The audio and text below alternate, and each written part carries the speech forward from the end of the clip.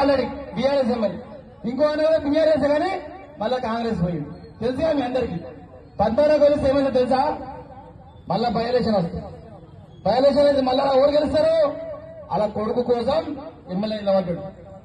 అదే మళ్ళీ రాజేందర్ గెలిస్తే మళ్ళా అల్లుడు ఎమ్మెల్యే అవుతాడు. అదే మన కిషన్ అన్న గెలిస్తే, మన కిషన్ గెలిస్తే ఏమవుతుంది?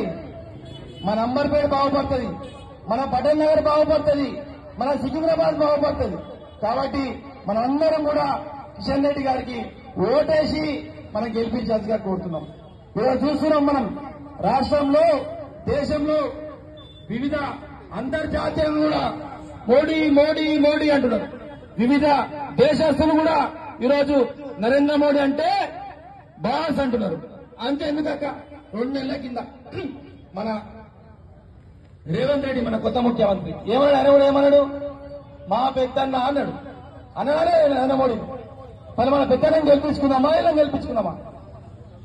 మన పెద్దన్న గెలవాలంటే ఇక్కడ మన కిషన్ అన్న గెలవాలి. కిషన్ అన్న గెలిస్తే ఇక్కడ కేంద్ర మంత్రి అవుతాడు, మనందరికి ఆదుకుంటాడు. ఈ పటేల్ నగర్ కావచ్చు, ప్రేమ్ నగర్ కావచ్చు, బాబు నగర్ కావచ్చు, నరేంద్ర నగర్ కావచ్చు, అక్కడ ఏ సమస్యలున్నా తీర్చిన ఒకే ఒక నాయకుడు మన కేంద్ర మంత్రి కిషన్ రెడ్డి గారు.